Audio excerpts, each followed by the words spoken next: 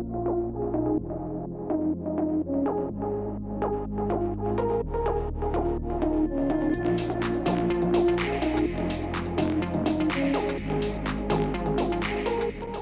back to the Mastermynd Beauty podcast, where we talk about all things business and mindset in the beauty industry. Today, we have a salon owner on our podcast. I'm so excited to chat with her today.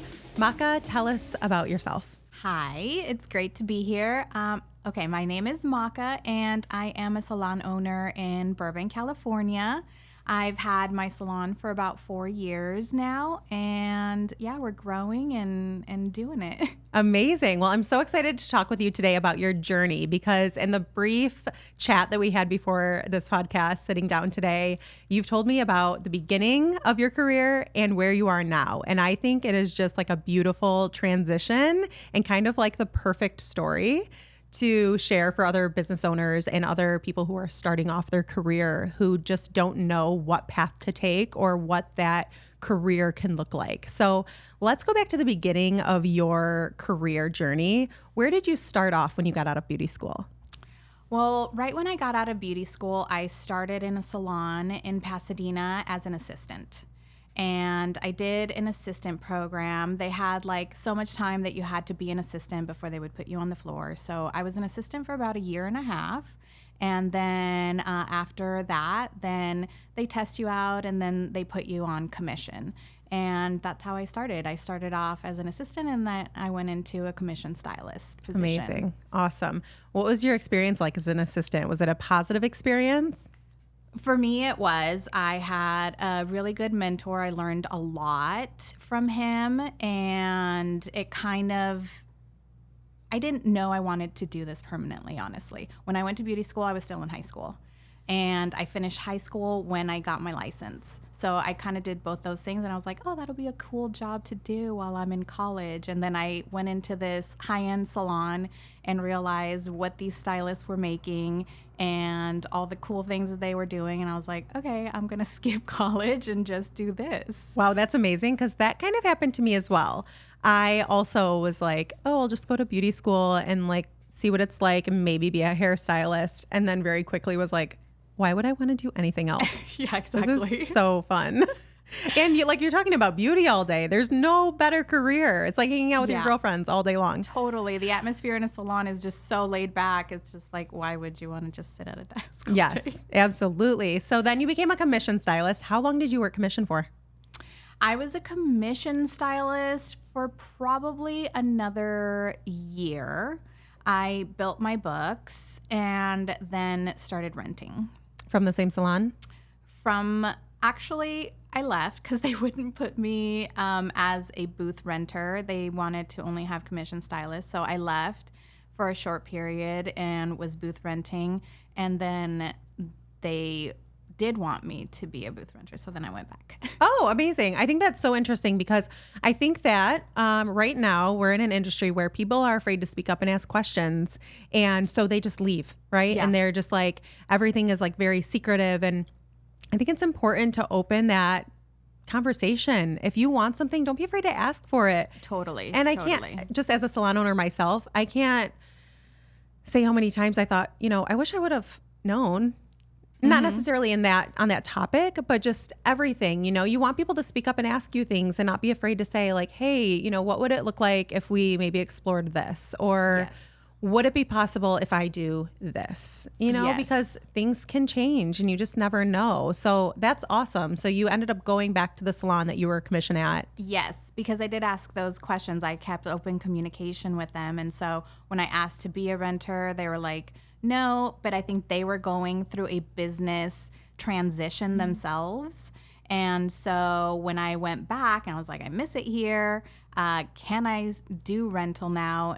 Then they were in a place where like, yeah, we absolutely can do that now. I love that you kept good a relationship with them. Yes. Because never burn your bridges. Oh my goodness. I can't tell you how many salon owners that we work with, and just my experience over the last 15 years, 16 years of just having those bridges be burned and knowing it didn't have to be that way. I think that's amazing that you kept that good relationship with your salon. Amazing. Yes. Awesome. So then you went into chair rental. What was the hardest part about transitioning from being commission to chair rental? So I've been doing this 20 plus years. So this was, about 18 years ago. And the business was very different. So I just kind of slid right into it, and it was not a big deal. Looking back now, I wish I had talked to maybe like a mentor more. Like, what does this look like? What does it mean to be a renter? Because I was honestly like just writing my stuff on a paper and just like, I didn't have any systems. Yeah. And also like just still building your clientele probably. Yeah. I mean, I'm assuming you had openings still. Oh yeah, absolutely. I still had openings. I was still naive. I was still young, not really knowing like how to properly build and keep rising up in the business. And run a business. Mm-hmm. Yeah, because being a booth renter means that you literally have to run a business within a business. Yeah, I think a lot of people that make that transition from commission to booth rental are not prepared for that. I think not having social media is a blessing and a curse, because you didn't have other people probably posting things that your clients who, you were taking on that transition with you to be tempted to go to other stylists. Because that can be a thing right now with social media. You're kind of constantly seeing other people posting their work and losing clients to them. But you probably, I'm assuming maybe you had this nice clientele that made that transition pretty smoothly with you. Yes. How did you promote yourself to get more clients in your chair? Well, back in the day, it was, it was a lot of hustle. I would literally go to stores and hand my business card. It was all about handing out your business card. It was about referrals. I went to a parking lot at a mall one time and like stuck my card in all of the cars' windshields. And since there wasn't like a Instagram where it's kind of your resume and your portfolio, what I was doing back then is I had a photo album and I would take pictures of all my clients and have it at my station. And then that's what clients could see. Same girl. Yeah. I've been doing this for 20 years too. And I'm like, people just do not understand the pain of having to go into a store, like a department store or a mall, and literally walk up to people like in the flesh and be like, can I do your hair? Do you need a hairstyle? It's like, you literally oh my gosh, I can't even tell. It is so much easier these days to build a clientele. And I just, I wish that people could understand. So now, we've got social media, and it's, like I said, it can be a blessing and a curse, because you have to be on social media unless you're going to walk in a mall and hand your business card to people in person. Yes. It was definitely more of a hustle. It's a different kind of hustle. Right now, it's a hustle from like where you're working or, at home. I'm constantly on social media at home, like posting, editing, doing all those things.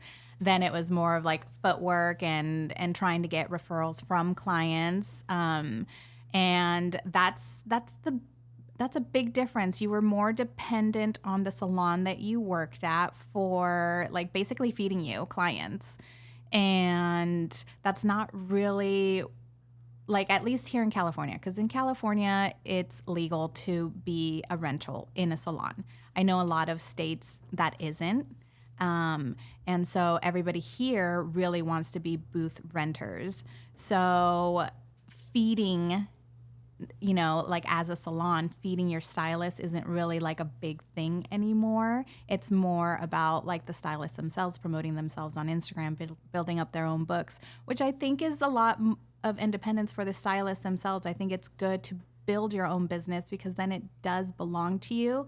Whereas before, when I would leave a salon and they're feeding you clients, they were like, those are our clients. Those are the salon clients. Yeah. And a lot of the times the client feels comfortable at that salon. And so they do feel like this is where I should be. They know the owner, they know the other stylist. Yes. So it's a little bit easier to lose them to the salon. Yes. So I really like the idea now of like empowering stylists to build their own books. And I think it's a beautiful thing to earn something. Yes, exactly. It's like, there is so much power in someone's story, and just being handed things like, you're not going to appreciate it as much. No. If there's just always clients in your chair and you're just like gaining this clientele and you're like, I have no idea where these people are coming from, but I'm doing their hair and I'm making money, I'm getting a paycheck. Like there's really no grit. Yeah. You know, you need grit. And so I think that when you're out there and you have to build your clientele and you have openings on your books and you're like, I have to fill those openings and you earn that and you earn a busy schedule and a beautiful clientele, it's something to be proud of. It's something to be proud of. And also you guard it differently. Like, okay, this is my business. I need to protect it and I need to nurture it. As a stylist getting fed, if you have this conveyor belt of people, you're not really realizing who's really in your chair, getting to know them, really like diving into like how to keep that person happy because you constantly have new people coming through. So it doesn't matter. Whereas like when you're getting your own people, each one is like a little golden nugget that you want to protect. Yeah. And also building that dream clientele. Yes. Is there something to say people about that you want? Yeah. Because a lot of times like you get people you don't want to do ever again when you constantly are fed people through a salon. I call it the level 1 curse. I'm like, it's the people who can get in last minute because you have openings and the people who want cheap services. Yes. Like it's just, and I don't want to say like it's part of the industry because it doesn't have to be, but if you're not like, if you're not hustling on social media to build your dream clientele right out of the, like honestly, while you're in beauty school, like you're going to inevitably end up with those people who you don't love.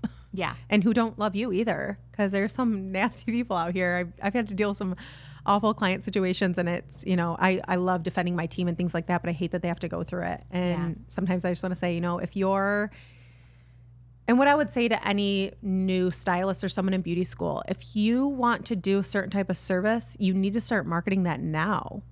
Don't wait until you've got a bunch of that service in your chair to start posting pictures of it and promoting that you love doing that service. Like you have to talk about it before you're that stylist. 100%. I've gone to a few beauty schools in the past couple of years and that's what I tell them every time. Like start posting now. Yeah. Build your books now. You don't need to wait till after. What do they say? Like before you become that person, you have to be that person. Yes. Yes. That's absolutely. That is real. So going back to your story. Okay. So you were a commission stylist and then you were doing the booth rental thing. And then what was the next move? So I ended up moving cities. I went from Pasadena and I live in Burbank. So I relocated to Burbank because, I don't know, I don't like driving more than 5 minutes. So I ended up booth renting at a couple of salons in Burbank until finally I reached a point where I was busy enough that I wanted to have control over my business, like 100%. Not having somebody kind of on my shoulder or mixing into my business too much. And I got a suite. What year was this? I'm curious. Was it when suites were really starting to pop off or was this before suites really took over? So in 2017, I started a extension course when hand-tied wefts became very popular. And so I hit the beginning of that and I started building traction very quickly on social media through that. And so I got very busy. And so from there was a suite that had just opened up in Burbank. And so I was like, oh, that's the perfect way to go. Me having a full clientele, I know I can handle it. And before really having my own building salon kind of thing, I wanted to dabble into that. So that was in 2019 that I got a suite. So I would say 2019 is pretty much when the suites really started to pop up everywhere. Like the actual suite buildings, the Solas, the Phoenixes, like whatever they're called, they were everywhere, right? Like that. Yes. 2019 is when they really started to pop up everywhere. Yes, yes. And I got in at the beginning of that. I probably like maybe the beginning of the year, either like March, somewhere around there in 2019, maybe into the summer. And it was just the perfect timing for where I was in my business, where I was growing, what my trajectory was, what my vision was. I was doing really long extension services. So I became an extension only artist. And those appointments tend to be longer. They can be, 2 to 6 hours long. And so to be in a salon where it was like so busy and I am just like micro focused on one person, it was like too much noise around. I wanted it to be more of a luxury experience. I wanted it to be more one-on-one, quiet, not everybody like just like looking at them while they're getting, their hair done. So it was a perfect transition at that time, since I had become extensions only, to be in a suite. Right. So what do you feel like the hardest part about going to a suite was? What do you feel like? Did you have any wake up call moments where you were like, oh my God, like what did I do? Yeah, a lot. I didn't pre-plan what it cost to have a suite. Because you basically have to build out a mini salon. So I was just thinking like, there's a chair in here and a shampoo bowl. Like, what more could I possibly need? And so just the build out of that. And then all of a sudden having everything on you. And I started being so busy at that time that all of a sudden like, oh, it would be nice to have somebody else in here helping me or something. That feeling of being alone was kind of a lot as well. That was a transition as well. I did enjoy it, but now having done everything, I do enjoy having some other stylists, some people to just talk to, like either about the client or about like, okay, I just did this and it didn't work out. Like, what do you think? It's just nice to have just somebody another to input. bounce off. Yeah, another input, or just like sometimes it's a second opinion. Sometimes it's just someone to bounce ideas off of. Sometimes it's just like, oh my God, my back is killing me. I want to die. Yeah.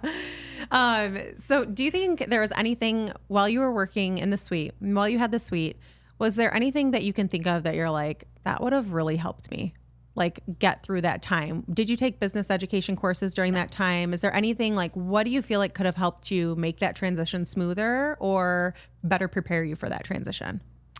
At that time, I was barely like dabbling more into like being a serious business person, like starting to do bookkeeping and like, but still not like what you should be doing. I wish I had more preparation, because in this industry in general, you're just allowed to be a business owner. You don't have to have any marketing, education. You don't need to have bookkeeping education. You don't need to have anything. It's just like, here, have your own business and thrive. And you can, because there's so much money to be made in this industry, which I love. There's literally no cap to where you can go. It's just all on you. But to not have the proper balances and ways to scale and bookkeeping, there's just so many aspects to having your own business. For me, just getting into a suite, just alone the business licensing was like a lot, like, oh, I need to have this license and I need to have that license and I need to have this insurance and that insurance. So yeah, there's no real prep in beauty school or that people really take advantage of to really prepare yourself to man your own hair business. Yeah, I think the problem is, when you're a stylist and you're really good at what you do and you're so talented and your customer service skills are amazing and you're making these clients feel amazing and they're sticking with you and you're making this money, and then you're like, okay, I am ready for a suite because my talent and my customer service skills have helped me become this successful. I'm going to take this to a suite. Mm-hmm. And then you're like, oh shit, I have to be good at business too. And so I think that the reason that a lot of suite owners are becoming burnt out is because they are really good at being creative.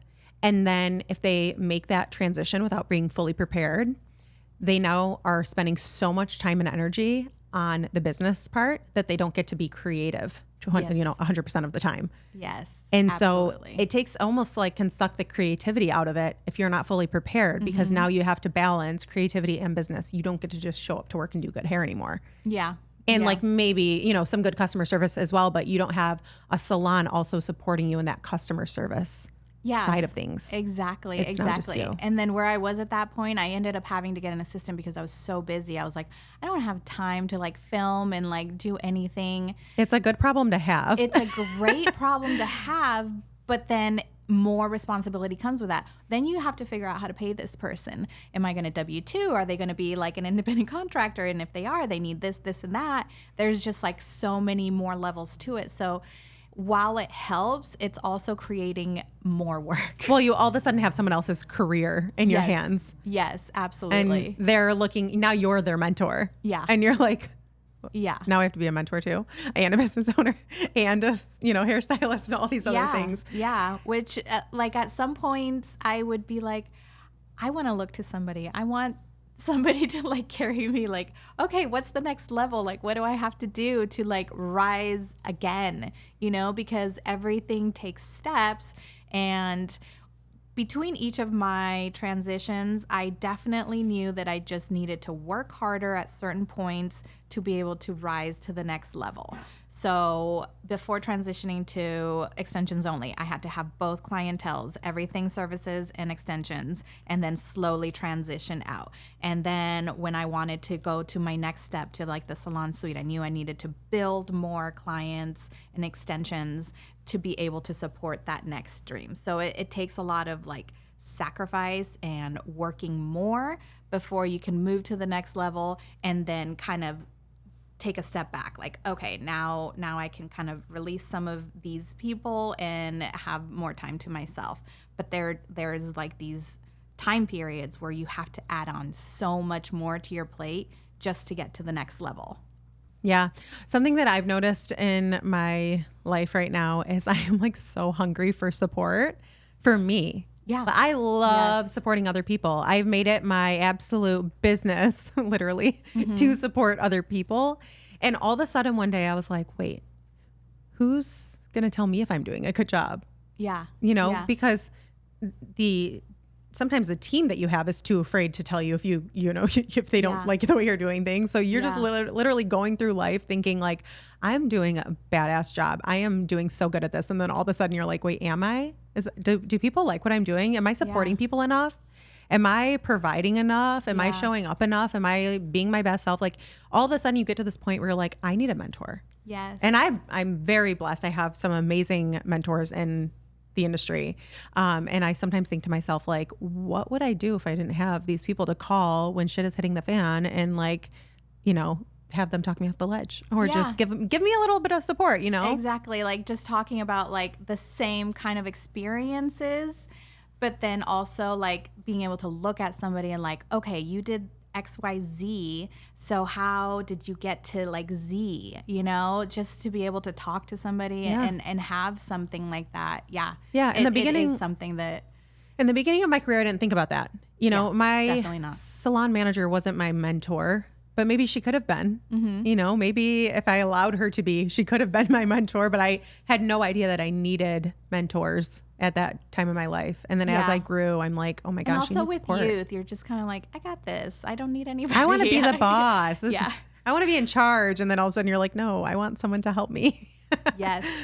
Yeah. So, all right. So, after your sweet experience, you made the big change to opening a salon. And that was forced because 2020 happened. Oh. So in 2019, I was in a suite. I was there less than a year. And then the shutdowns happened. Oh, wow. And here in California, it happened a couple of times and it happened hard.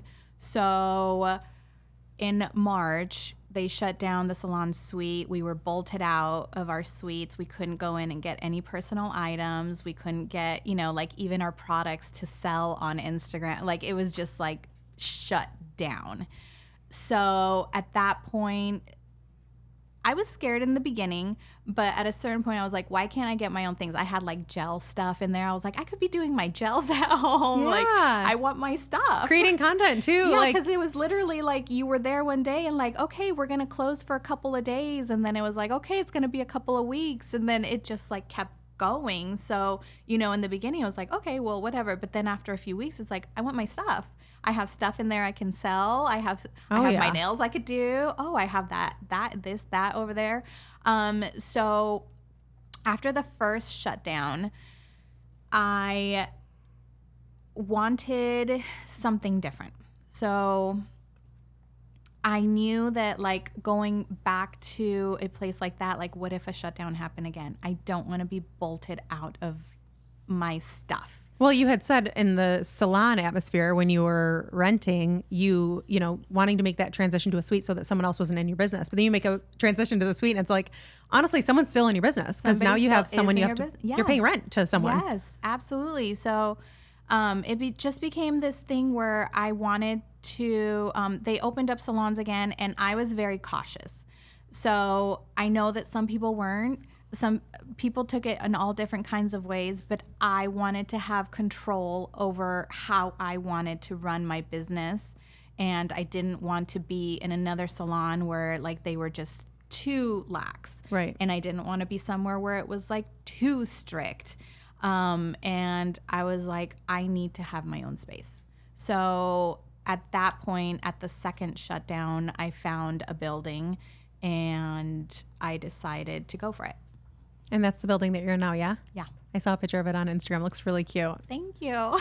What was that transition like? So you opened, did you open when everything eased up and you were allowed to open again, or did it take you some time to get that salon open? The build out happened during the second shutdown that we had here in California, in LA. So it was like July, and we finished the build out end of August, and we were open in September. Were you prepared this time around for what a build out costs? No. Is anyone ever prepared for what a build out costs? Also, how much time it takes to build out. You think you're like, you know what, 3 months, and then I next mean, thing blood, you know. sweat, and tears is an understatement. I thought the suite was a lot, and this was next level because the building was not a salon. It was an acting studio. Of course. And there was a stage. Like my husband ripped out this stage. We had to do all new plumbing because, you know, salons require different kind of plumbing than most buildings that don't have that, you know. And we needed lighting. And we needed to do all new electricals. Like once we started like blowing out some walls, there was like fires in the walls. And do you remember what the initial cost, like what the investment was when you opened the salon? $60,000. $60,000. Wow. Mm-hmm. And that was finding a lot of cheap labor. Yeah. That was during shutdowns. Like prices have increased like double now. Gosh, it's ridiculous. But it's insane. Then during the shutdowns, the problem was getting supplies. Yes, I remember that. There We was actually like no supplies. We started some construction during the shutdown, and then we were like, wait, we can't do it because we can't get the supplies. So it was like half done. We just couldn't make it happen. Yeah. We would look to like purchase certain things and like, okay, that won't be available for 3 months. And it's like, okay, let's just find something else that will be available. So it was just like a lot of like shifting constantly. How did you find your team? It was a group of friends that we had stayed friends from another salon. And then from there, it was finding people on Instagram and just kind of hashtagging stuff and sending out, you know, messages on Instagram. Hey, love your work. If you're ever looking for a new home, like give us a call. And, you know, most of them don't respond. Some people do. And a couple of people were like, yeah, I actually am. And it's like, oh, okay, cool. Wow, that's great. So you have 9 chairs in your salon, right? Yeah. Awesome. And how many stylists do you have? We have 8 stylists. Awesome. And then currently I'm doing another build out to have more stylists. Amazing. And you're starting another kind of journey right now. You shared with me when we were chatting on Instagram with your building. So yes. A few months ago, the landlord came and said that she wanted to sell the building. And so it became one of those other things where it's like, okay, she's selling, she's offering it, but if I don't buy it, somebody else will. And somebody else, yeah, and somebody else will want it for themselves or raise the rent significantly. There's no way to buy this building and not have a rent increase. So in my mind, it just made sense to, okay, well, if I'm going to pay more regardless, because everything's gone up since we got into that building. And everything around us is significantly more in rent, or buildings are being sold left and right. So I kind of was in this position where it's like, I can't lose everything again and start from scratch and potentially have it pulled from under me again. So I decided to go ahead and put an offer in, and I'm in escrow right now. And I'm having a little bit of excitement, but like regrets, like what am I doing? Like who do I think I am? I think that's amazing. And I think that really it should be every salon owner's goal to own the building that they're in. So I think that's amazing that you're there. Yeah. It's just really the perfect situation in my eye. From the outside looking in, I know you've had a lot of hiccups and setbacks and things that happened that made you question if you were making the right decisions. But from the outside looking in, like this is really the perfect career journey all the way to owning your building. Yeah. It's definitely a lot to wrap my head around still, just because I'm still in it. I haven't closed. And so, but yeah, it really felt like the only option to have job security. Yeah. What is some things that you offer your team that you maybe wish you had when you were in a salon? Is there certain things that you do in your salon that are like just things that as you've went through your journey, you've realized salons need? What does your guys' like education look like? I support my team in whatever they need. So if they want to learn something, they are free to come to me and I will teach it to them. Extensions or like whatever. I make myself available. Love that. I am about the client experience, so I like to have, certain perks for the client, snacks and refreshments. So I supply that for everybody. Back bar and making a stylist's job easier in the sense of, having towels that they can use and the capes. And so I try and provide as much as possible. And I'm still growing in that sense to like where is there a gap and how can I fill it? And I think that's part of being a salon, part of being a really great salon owner is just always focusing on what can I do better?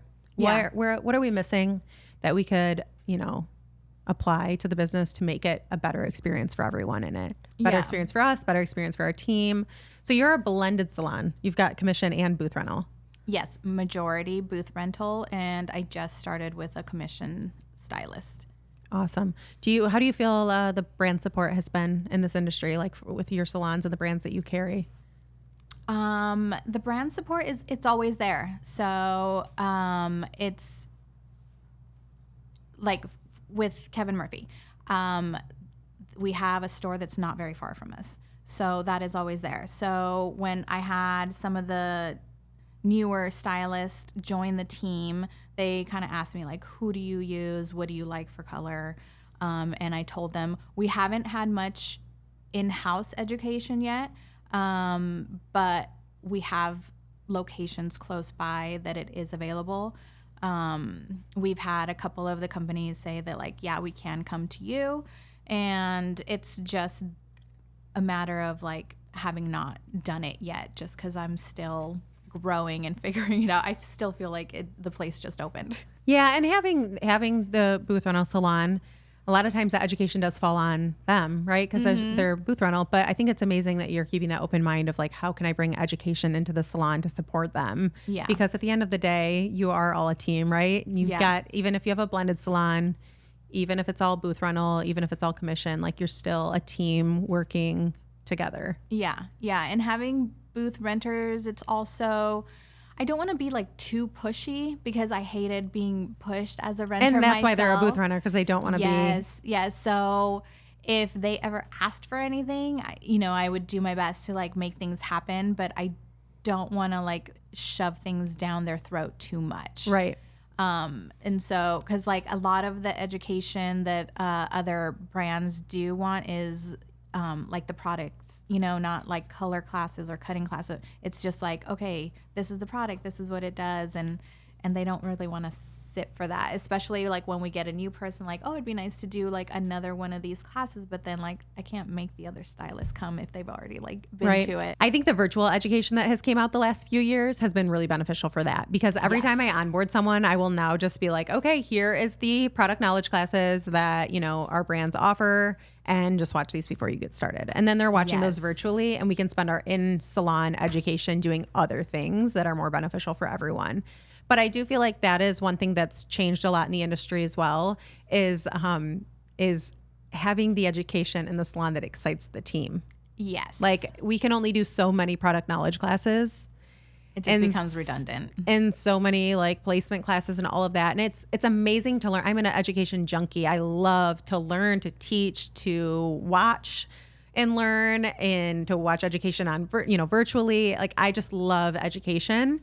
And I don't think that really comes naturally to everyone. So it's finding that education that gets people excited and makes them want to show up to the class and want to be a part of the class. What are some education you wish this industry offered, or like, just things that we're missing in the beauty industry at the moment? I don't know. I really feel like we're in like a really good time right now, because it used to be that you only had your education at those conventions. You know, you would go to see like the latest stuff. But now so many stylists, so many amazing stylists do their own private educations, and they just, market themselves on Instagram. So they're basically these celebrities to us. And so I really love that right now, that you can like see who you love on Instagram and go to their classes. Or I have done some of that, the virtual classes, which I also love. Like, okay, good. I can just like stay home. I don't have to go anywhere, and I can do this class. So I really think that the time in our industry is like very exciting. I do too. I think it's amazing how Instagram has allowed it, and TikTok has allowed pretty much anyone, no matter the town that you're in, no matter if you're in a small town or if you're in a big city, to be able to become an educator. I also think it's scary, because we have people teaching things that are like, no, please stop teaching that. Or like something that just, kind of has gotten me is like the sarcasm in, that some educators will show on those apps and things like that. And it's like, oh, it's just like. Or the names, when clients show up saying, I want cowgirl, it's just like, okay, let's see the picture. Let's see what you actually want. There's just so many names thrown out right now, and clients are like, no, this is what it's called, and that's what I want. I'm like, we've almost got too much education on Instagram. Yes. We need to tone it down a little bit. For us and clients. So yeah, that's become a kind of a strange thing, just because there are so many names just thrown out, and then all of a sudden like, oh, I didn't see that TikTok. What does that word mean? What kind of style do you want? The haircut names. Yeah. The butterfly cut. I'm like, no, just nice layers. I mean, some of the names are just wild. I'm like, what? Let's see pictures. Yeah. Let's just talk and have consultations with pictures, and the weird, like, I want a reflective red copper ash. Like, okay, show me what that means to you. I'll never forget one time I had a stylist, and she was like, I don't want it to be cool, and I don't like neutral, but I don't want it to be warm. And I was like, you've hit everything. So that's the color wheel. Thankfully, she loved her color. Thankfully, we were able to get to the bottom of that and see what she wanted. Awesome. So if there was one thing that you could tell someone fresh out of beauty school, starting their journey, what would you share with them? There's a few things I wish I knew in the beginning. One, creating systems for yourself so you can like easily keep track of what you're doing, how you're growing. Another one would be, it's okay to say no. In the beginning, you're very afraid of clients almost, and you don't want to say no. And it's okay to be like, you know what, that's not my jam. That's not my niche. I don't feel comfortable doing that. But maybe I can help you find somebody that can. I think it took me a lot of years to do that. It was like, okay, just fake it and make it. make it, just pretend you know how to do this, and now it's like, okay, I want a fantasy color, and I'm like, awesome. I'm just not that great at them.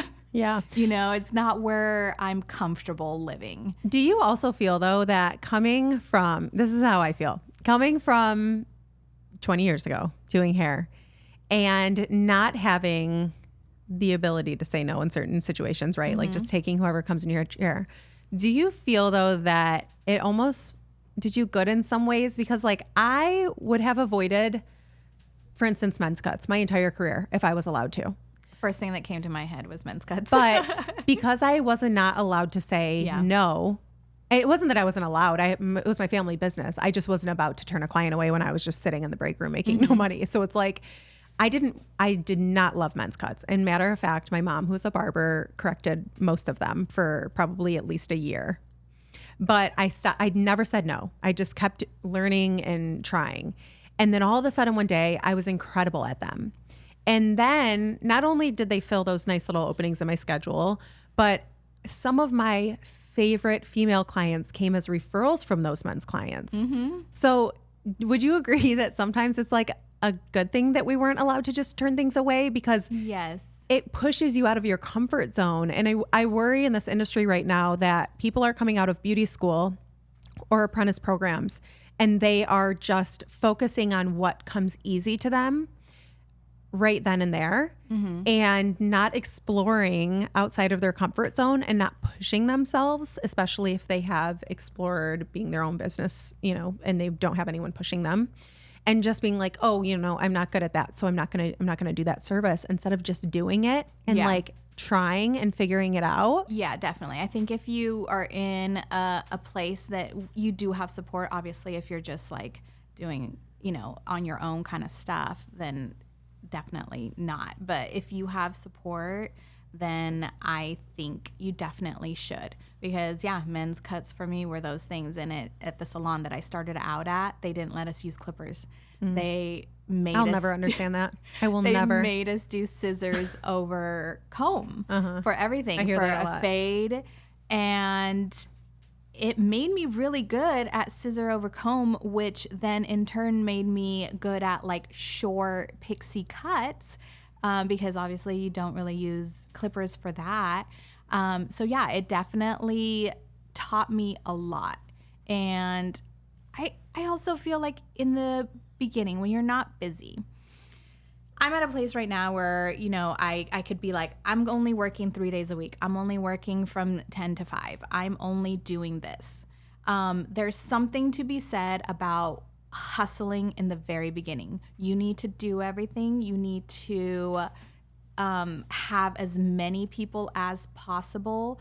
You can't say like, I charge $500 for a haircut and you have 3 clients. Right. And no one's sitting in your chair getting the haircut. There's expertise that comes with it. And not just in the work, in people.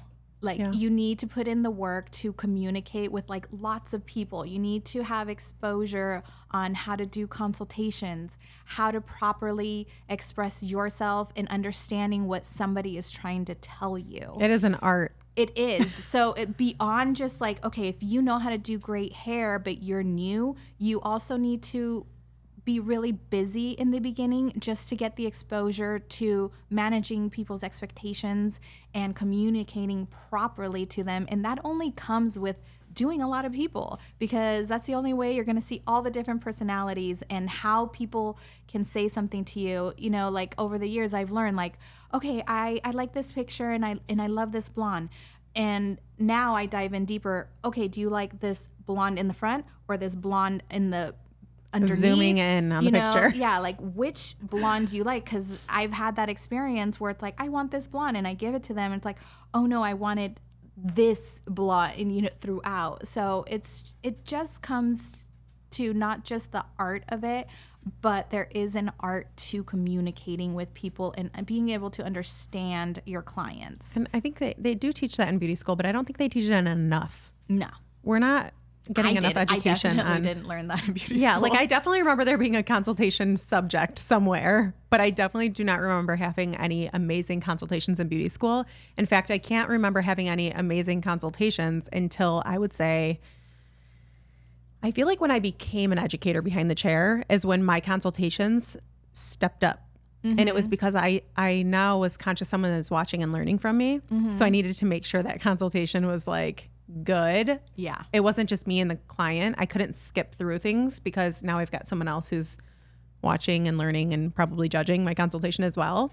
Yeah. And I think that I think consultations should be like a 5-hour class. Yeah, no, really. It's like everything to like make or break it, because it literally needs to cover everything. Yeah. That way nobody is surprised. You are not surprised. The clients aren't surprised. It just makes for a calmer service experience. Yeah. And not talking to people through mirrors. I think one of the biggest things for me was to start sitting in front of my client with them and having an actual conversation with them like we are now, because they feel heard and seen and more understood that way, rather than just literally talking to them through a piece of glass.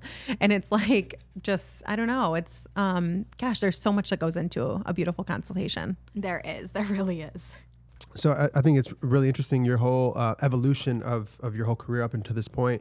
And that's something we talk a lot about, because we talked a lot about suites and how difficult it is to have a suite, and people don't understand that getting into it. So we talk about that a lot at Mastermynd Beauty. But the other thing we talk about within the suite world are those that thrive in suites are the future salon owners. And that's exactly what you are. Yes. Yeah. And I think a lot of brands for a suite owner to carry can be out of reach, right? Like if they're very expensive, if they need to carry the whole brand, then it kind of steers them away from certain brands.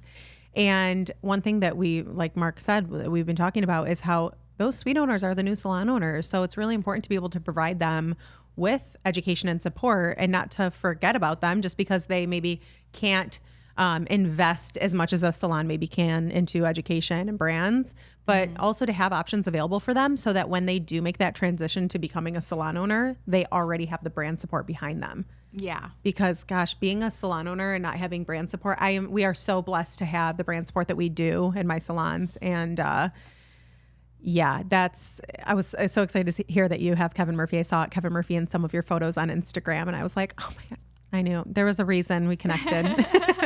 I somehow always end up in front of people who love Kevin Murphy as much as I do. But yeah, so, and yeah, I think I'm really excited I want to see your salon while I'm out here. Yes, I would love to stop that. by.